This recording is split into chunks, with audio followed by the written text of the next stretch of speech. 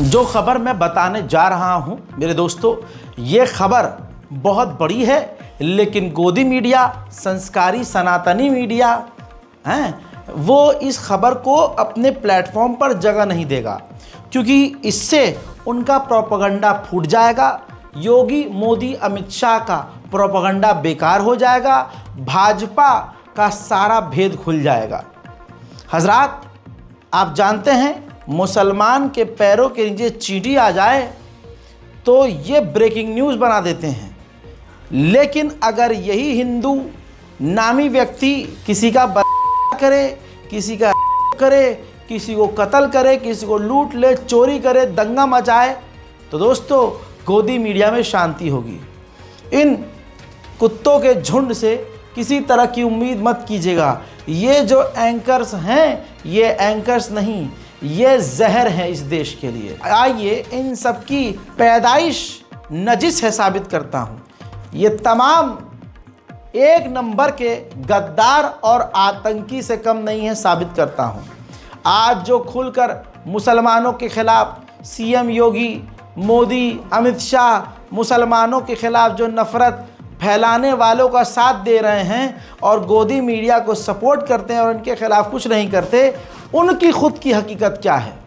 आज ऐसी घटना बताने वाला हूं जो आप तक ये किसी ने पहुंचाई नहीं होगी। लिहाजा तमाम लोगों से, खासकर मुसलमानों से, अल्पसंख्यक समुदाय से मेरी गुजारिश है कि अगर मैं रिस्क ले रहा हूं तो कम से कम आप इसको शेयर तो कीजिए, शेयर ज़रूर करना। दोस्तों, भारत के अंदर इजरायली 27 साल की एक महिला का, एक लड़की का हिंदू सनातनी नामी व्यक्ति ने बलात्कार किया, लेकिन ये खबर इसीलिए मीडिया से गायब है क्योंकि बलात्कारी सनातनी था। अगर अब्दुल होता और अब्दुल से कोई हल्का सा भी पाप हो जाता तो बुलडोज़र चल जाता, इस्लाम को गाली बक दी जाती। पहले आइए खबर बताते हैं। कर्नाटक का इलाका था।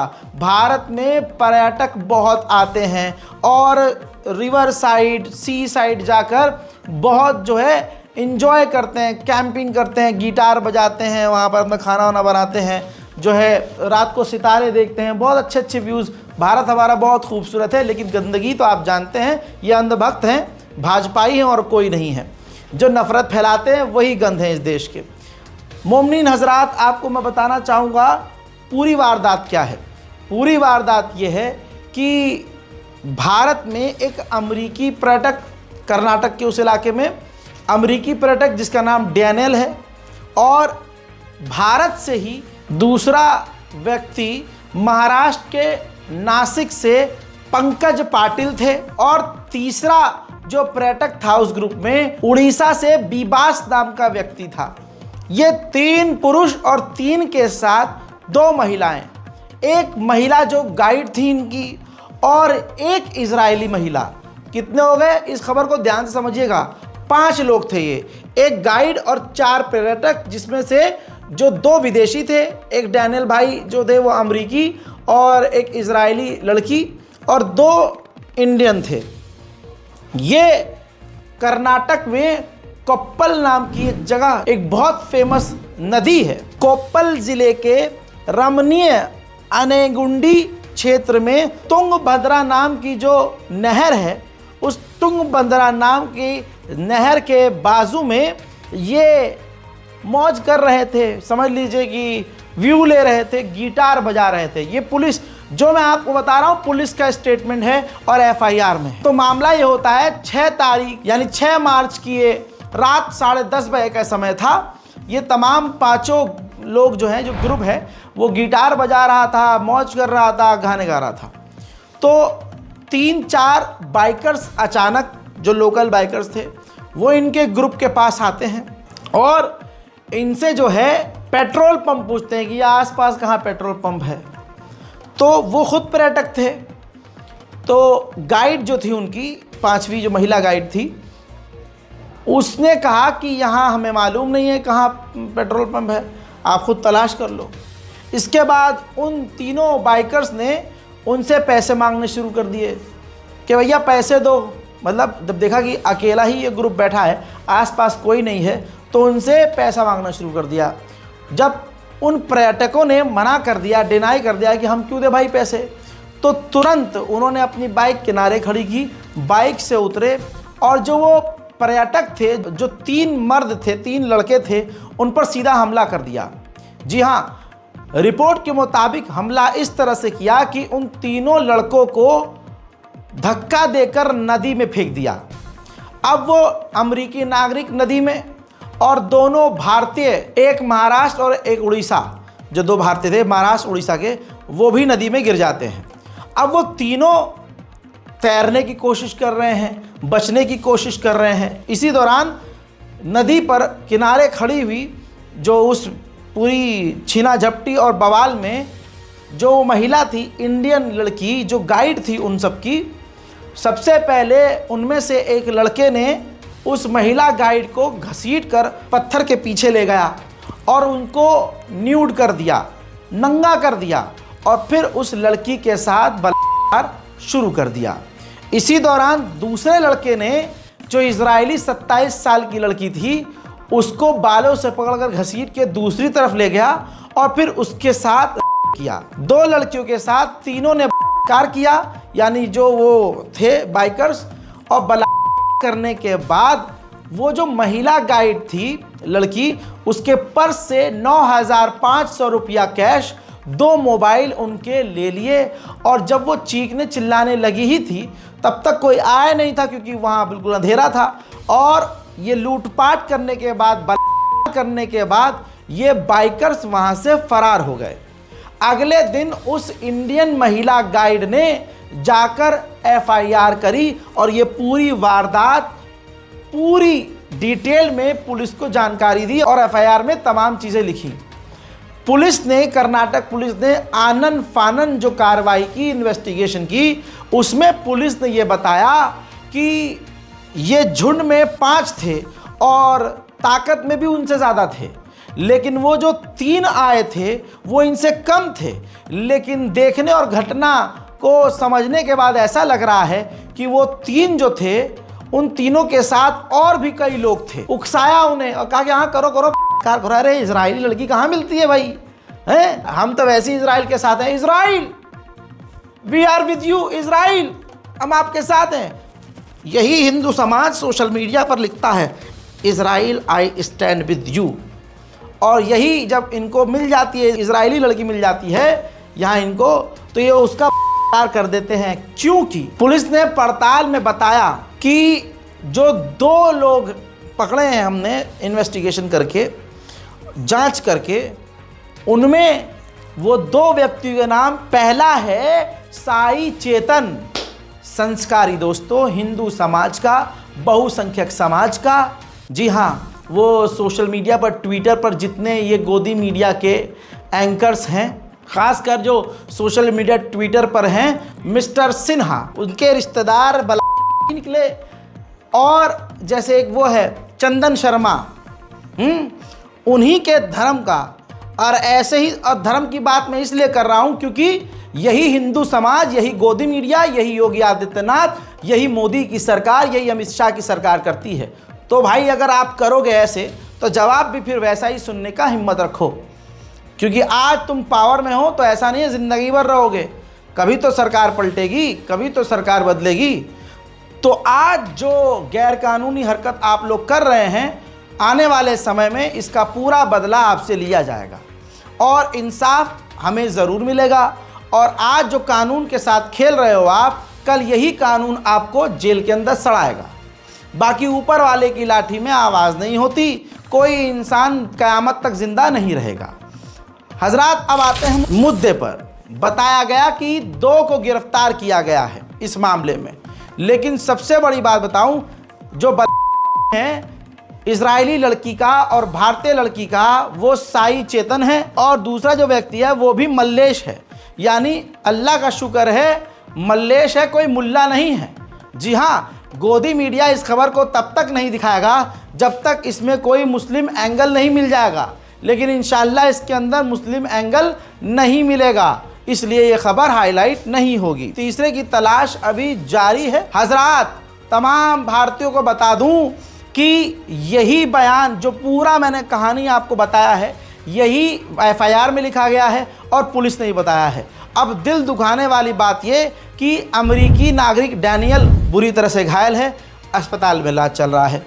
साथ में डैनियल ने डूबते हुए अपने दूसरे इंडियन साथी जो कि महाराष्ट्र से थे उनको बचाया, लेकिन जो उड़ीसा का नौजवान विबास था वो अपने आप को बचा ना सका और सुबह उनकी लाश उसी समुद्र में तैरती हुई मिली है। यानी एक को इस संस्कारी समुदाय से आए हुए संस्कारियों ने कत्ल किया, दो एक इजरायली लड़की और एक इंडियन महिला का बलात्कार किया, एक विदेशी अमेरिकी नागरिक को समुद्र में फेंका और साथ में 2 भारतीयों को भी समुद्र में फेंका।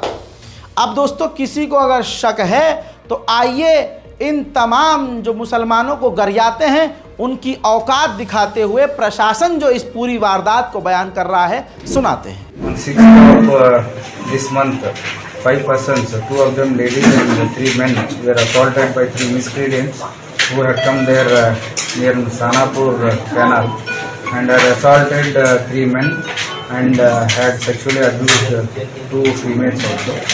So based on the complaint given by the victim, we had registered attempt to murder, robbery and rape case at Gangavati Rural Police Station. And based on the information we had, we have arrested 2 persons today. One of the person is Handi Mallesha alias Handi Malya. Another person is Chetan Sai. Both of them belong to Sai Nagar of Gangavati. We have to arrest one more person. They have revealed his name also. Very soon we will be arresting the other person. अब तमाम मुसलमान याद रखें, social media पर लिखें, जो हमारे पैगंबर इस्लाम और हमें गालियां बक रहा है उनको इस वीडियो के लिंक को पहुंचाएं ताकि वो अपनी औकात देखें और अपना गरीबान, ये उनका गरीबान है। ट्वीट करके कर्नाटक के सीएम ने भी अफसोस जताया है और कहा है कि ये शर्मनाक है जिस तरह से इजरायली महिला का गया और जो होम स्टे ऑनर थी यानी जो गाइड थी लड़की उसका किया गया। कमाल ये है कि अभी एक दिन पहले ही महिला दिवस गुजरा है, वुमेन्स डे गुजरा है।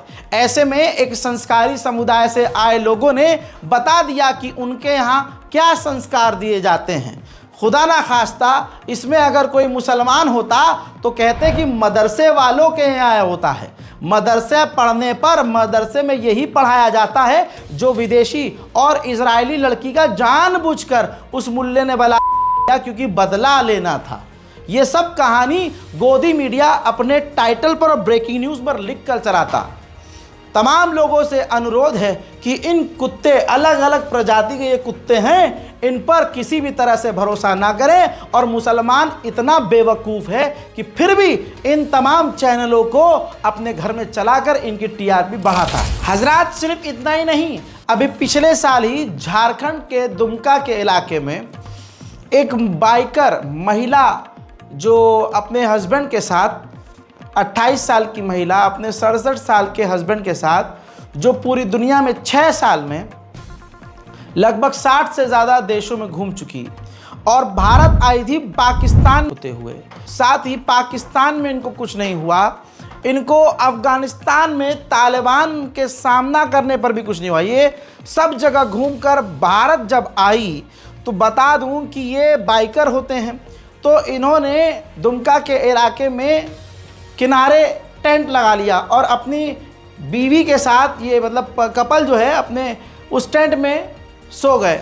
7 लोग वहाँ पर जो लोकल हैं वो वहाँ पहुँचते हैं और इन पर हमला करके इनका रेप करते हैं। मतलब महिला का पति के सामने, हस्बैंड के सामने उस लड़की का रेप है जिसका हिम्मत, जिसकी अंदर इतनी ताकत थी, इतना हौसला था कि वो 67 देशों को घूम चुकी थी, दौरा कर चुकी थी और बाइक से पूरी दुनिया घूम रही थी।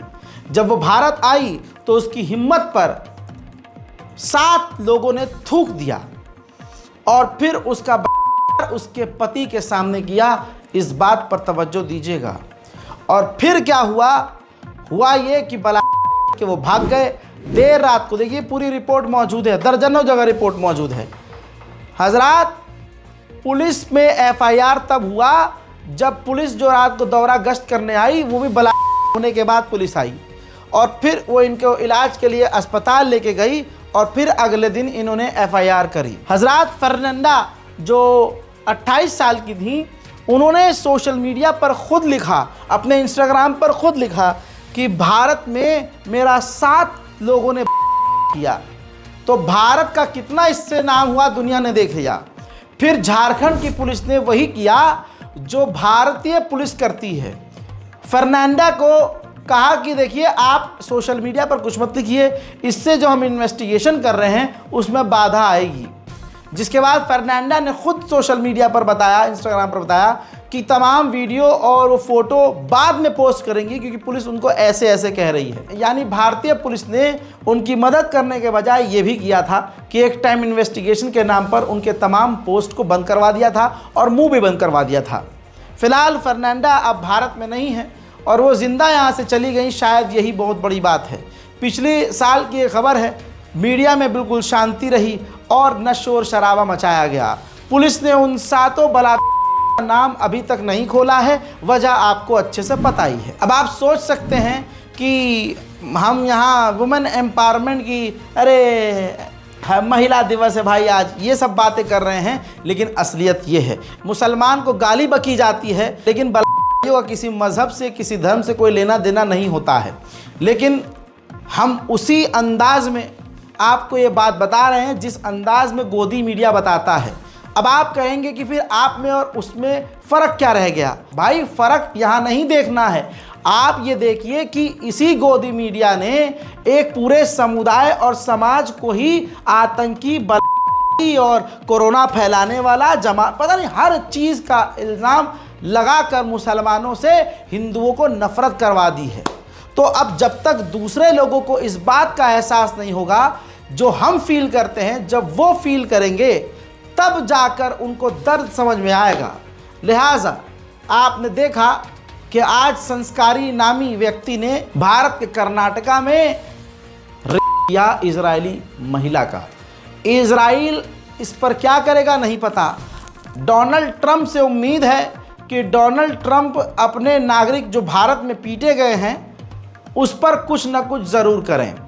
हमें यह भी यकीन है क्योंकि अमेरिका से मोदी सरकार कितनी डरती है ये सबको पता है, तो हमें ये यकीन है कि इस घटना पर कार्रवाई जल्द होगी और जो गुनहगार हैं वो गिरफ्तार ज़रूर होंगे। लेकिन ऐसी घटनाएं लगातार क्यों हो रही हैं? उसकी वजह यह है कि सरकार को ऐसी घटनाओं को गिनने के बजाय सरकार गिन रही है हमारे सालाना जुम्मे के 55 मरतबा साल में मुसलमान जुम्मा पड़ता है। हजरात, आपको सीओ साहब ये याद होंगे और इनका बयान भी आपको याद होगा, जिन्होंने संभल में खड़े होकर मुसलमानों को हड़काया, मतलब प्यार प्यार में एक तरह से धमकी दे डाली कि अगर मुसलमान को रंग से नफरत है तो एक दिन घर के अंदर रहे, बाहर ना निकले। क्या ये संभल का सीओ इस बात को कह सकता है कि अगर बकरा ईद को कोई ज़बरदस्ती मुसलमान पकड़कर किसी हिंदू को मुर्गा खिला दे, बकरा खिला दे तो हिंदू बर्दाश्त करे? बहरहाल, जहां विरोध की उम्मीद थी कि सरकार इस पर ज़रूर कुछ न कुछ कार्रवाई करेगी या कम से कम इतना कहेगी कि अरे भैया इस तरह के बयान मत दो, वहाँ पर खेल उल्टा हुआ। वहाँ पर खेल उल्टा ये हुआ कि योगी आदित्यनाथ ने सपोर्ट कर दिया और योगी आदित्यनाथ के बयान से ऐसा लग रहा है कि शायद सरकार चाह रही है कि भारत के अंदर कुछ बड़ा कांड हो ही जाए ताकि तमाम बड़े मुद्दों से दिमाग हट जाए। जब मैंने माननीय योगी आदित्यनाथ जी का ये बयान सुना तो मैं खुद चकरा गया कि योगी आदित्यनाथ जी की मंशा क्या है। दोस्तों, योगी आदित्यनाथ ने सीओ को बजाय समझाने के या कोई कार्रवाई करने के उसका सपोर्ट कर दिया और वहाँ पर खुल्लम खुल्ला योगी आदित्यनाथ ने यह भी कह दिया कि भाई बहुत बढ़िया किया जिन लोगों ने इस तरह का बयान जारी करके कह दिया कि भाई 2 बजे तक होली खेले जाएगी, उसके बाद नमाज़ पढ़ लेना। साल में जो है 55 बार 52 बार और इतनी बार जुम्मा आता है और होली एक बार आती है। वही सीओ साहब के 4 कदम आगे बढ़कर नफरतिया बयान खुद इन्होंने दे दिया। तो अब समझ रहे हैं सीओ साहब को और हिंदू समुदाय को और हेट स्पीच देने वाले जो हिंदू संगठन हैं उनको हिम्मत कहाँ से, उनको अंदर पेट्रोल और चाबी कहाँ से भरी जा रही है। पहले छोटा सा बयान सुनिए कि किस तरह से मतलब हद हो गई है। देखिए, में जो संभल की बात कर रहे हैं, विपक्ष बहुत नाराज है इस बात से कि वहां पर पुलिस अधिकारियों ने कह दिया कि 52 जुम्मे होते हैं और एक होली का त्योहार है। देखिए, होली के अवसर पर मुझे लगता है एक दूसरे की भावनाओं का सम्मान होना चाहिए और स्वाभाविक रूप से जुमे की नमाज हर शुक्रवार के दिन होती है, होली वर्ष में एक बार होती है। तो यही कहा गया कि भाई देखो, प्यार से समझाया गया और मैं धन्यवाद दूंगा सभी उन लोगों को जिन लोगों ने बयान जारी कर दिया कि भाई देखो, पहले होली का आयोजन होने दो, 14 मार्च को होली है, 2 बजे तक होली खेलने दो, 2 बजे के बाद आप जुमे की नमाज पढ़ना। 2 बजे के बाद जुम्मा पढ़े हैं, 2 बजे तक होली खेली जाए। तो आज एक योगी, एक दूसरे धर्म का व्यक्ति, आज देखो मुसलमानों की कितनी बुरी हालत है कि वो हमें समझा रहा है, जो दूसरे मज़हब का है, जिसको इस्लाम का ई नहीं पता, मेरे दोस्तों, वो मुसलमानों को ज्ञान दे रहा है कि नमाज तुम डिले कर दो, 2 बजे के बाद पढ़ो। इनके लिए हम अजान भी लेट दें और जुमे की नमाज भी लेट कर दें। और बहुत सारे मुस्लिम धर्मगुरुओं ने भी इसके बारे में इस प्रकार के पहले से उन्होंने आह्वान भी किया, अपील भी कर दी है कि हम लोग इसको मानेंगे, क्योंकि होली साल में एक बार में पड़ती है और जुमे की नमाज तो हर सप्ताह पढ़नी है। स्थगित भी हो सकती है, कोई बाध्यकारी तो है नहीं। हाँ, स्थगित, यानी आप देख रहे हैं संभल के सीईओ का तो इतना भी खतरनाक बयान नहीं था, कुछ नरमी वाला बयान, प्यार मोहब्बत वाला बयान देंगे योगी जी। वहां इन्होंने कह दिया कि नमाज जुमा स्थगित हो सकता है। तो योगी आदित्यनाथ जी, मुसलमान की नमाज तो आप छोड़िए, यजीद भी रोक न सका। इमाम हुसैन के चाहने वाली ये कौम है, इस नमाज के लिए तो करबला में 72 ने अपनी जान कुर्बान कर दी थी। अरे तीरों की बारिश में जिनके इमाम ने, अहले बैत ने सजदे में सर कटा दिया, तब भी उन्होंने नमाज पोस्टपोन्ड नहीं की।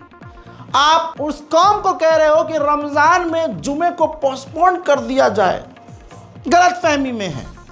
लेकिन दोस्तों, यहां पर आप समझने की कोशिश कीजिए कि जब एक सीएम इस तरह का बयान दे तो अल्पसंख्यक समुदाय का क्या होगा।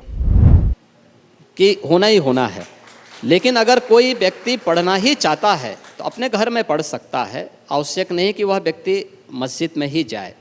या तो जाना है तो फिर रंग से परहेज न करें, अगर रंग से किसी को परहेज है तो अच्छा होगा। और पुलिस अधिकारी ने यही बात समझाई, और ठीक है, जो हमारा वो पुलिस अधिकारी है वह पहलवान रहा है, अर्जुन अवार्डी रहा है, ओलंपियन है, पूर्व ओलंपियन है, तो अब पहलवान की बात है तो पहलवानी की तरह बोलेगा तो थोड़ा कुछ लोगों को बुरा लगता है, लेकिन सच है, उस सच्चाई को स्वीकार करना चाहिए। अच्छा, देखा, यहां पर ईसाई समुदाय हो, यहां मुस्लिम समुदाय हो, अल्पसंख्यक समुदाय को सीएम योगी आदित्यनाथ का दिमाग समझना चाहिए। क्या कह रहे हैं, दूसरे धर्म का एक व्यक्ति मुसलमान को ज्ञान दे रहा है कि नमाज तुम छोड़ दो या घर में पढ़ लो, जुमा घर में पढ़ लो अगर रंग से दिक्कत है। यानी इन्होंने हिंदुओं को इनडायरेक्ट वे में कह दिया कि अगर तुम मुसलमानों पर रंग डाल भी देते हो तो कोई बात नहीं है, लिख के ले लो। ऐसी बहुत सारी घटनाएं होंगी अब, क्योंकि योगी आदित्यनाथ जी ने कह दिया कि अगर मुसलमान को रंग से दिक्कत है तो उस दिन घर में रहे।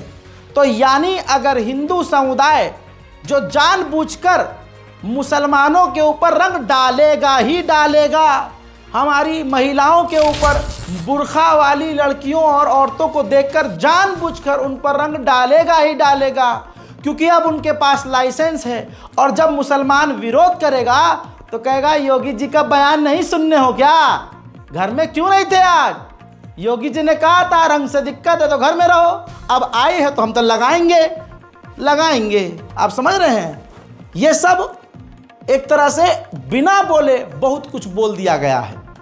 फिर आदित्यनाथ जी कह रहे हैं कि घर में जुम्मा पढ़ लो, और पहलवान है, तो भाई वो ऐसा बोलेगा ही, उसकी लैंग्वेज ऐसी होगी। अच्छा, तो अगर कोई जाट मुसलमान है और वो योगी आदित्यनाथ से या किसी अफसर से, जैसे वो जाट भाषा में बोलते हैं, क्या कह रहा है, इस तरह से कह के या कोई एड़ी टेढ़ी भाषा कर दे तो बर्दाश्त होगा?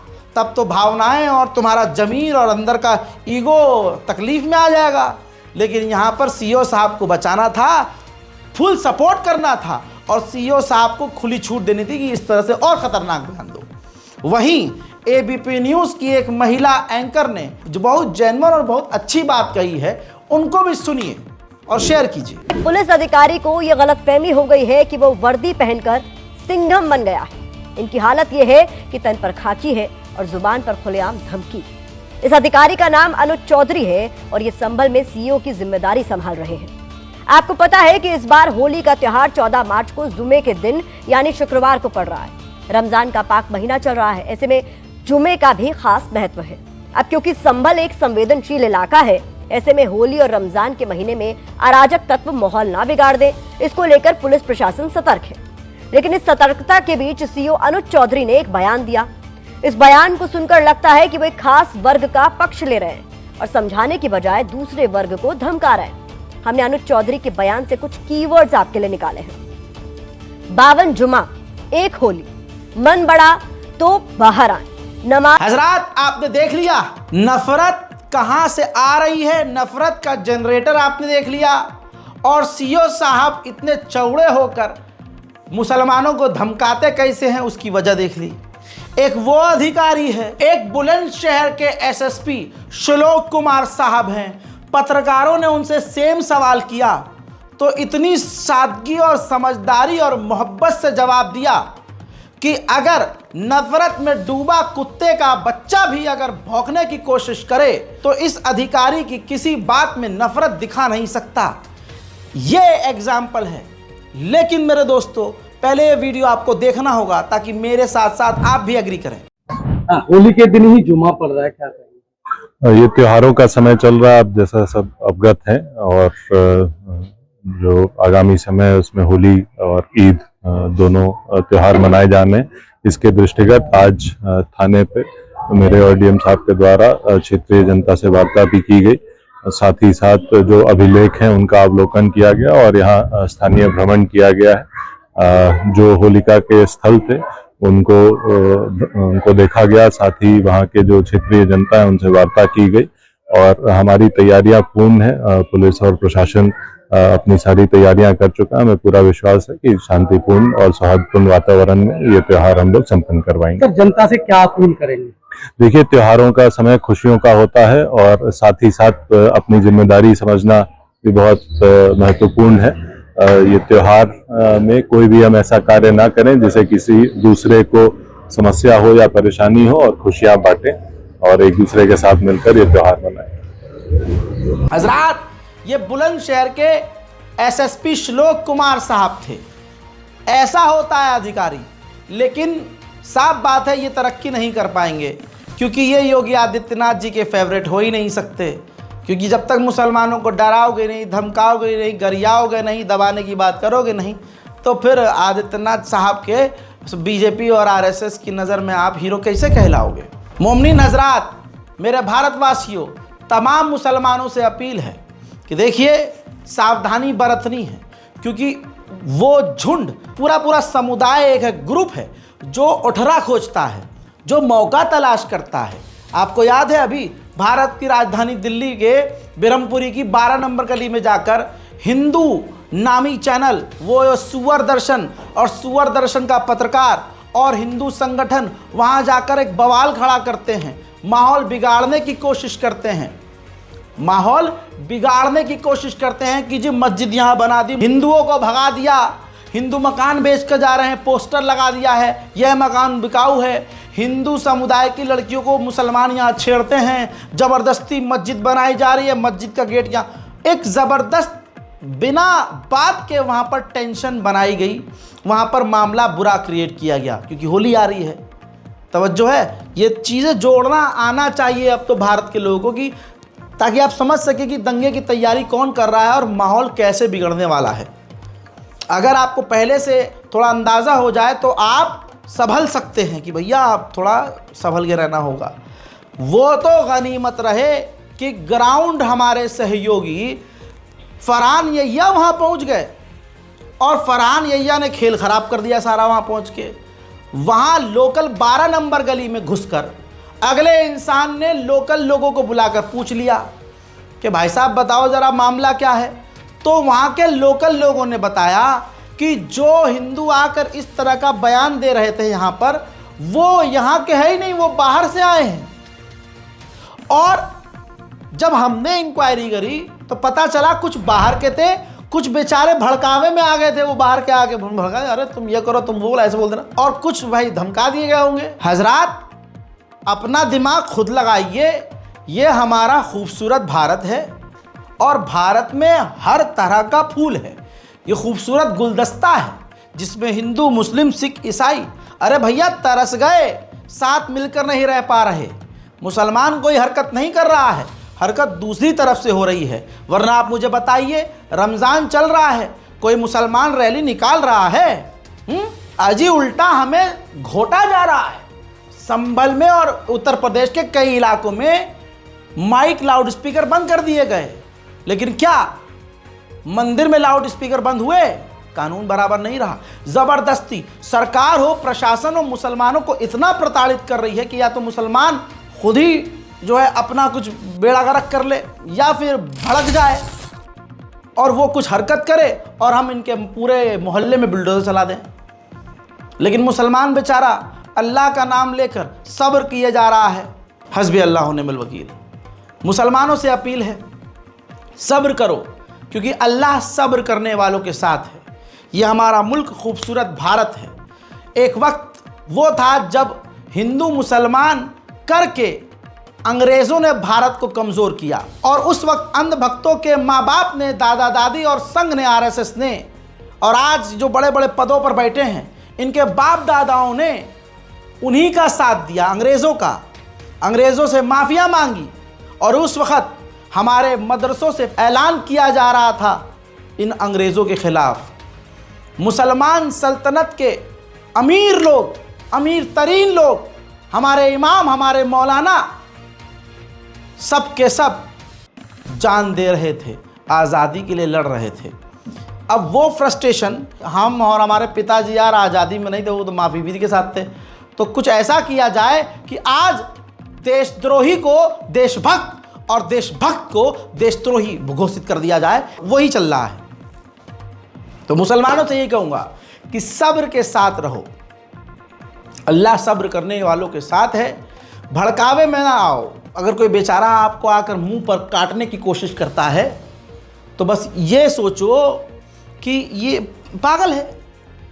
जैसे आप गली से चल रहे होते हो और आप देखते हो कि गली के बाहर घर में किसी के कुत्ता बंधा हुआ है और वो भौंके जा रहा है सभी पर, तो आप जाओगे क्या उससे मुंह मिलाने?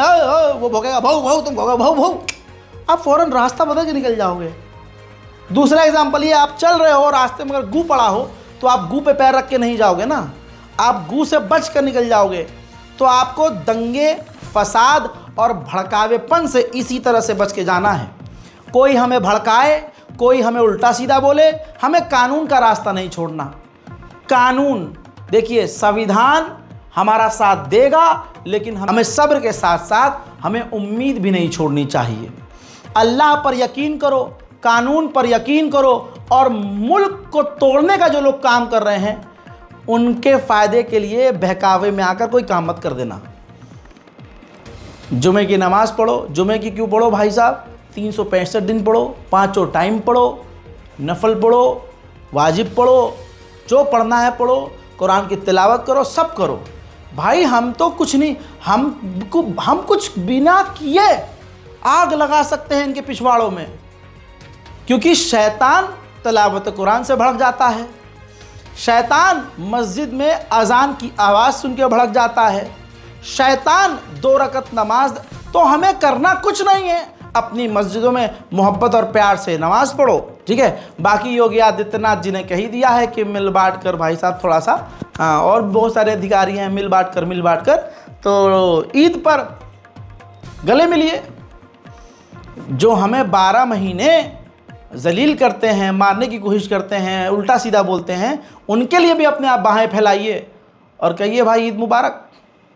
इस रिपोर्ट को शेयर कीजिए, दुआओं में याद रखिए। जय हिंद।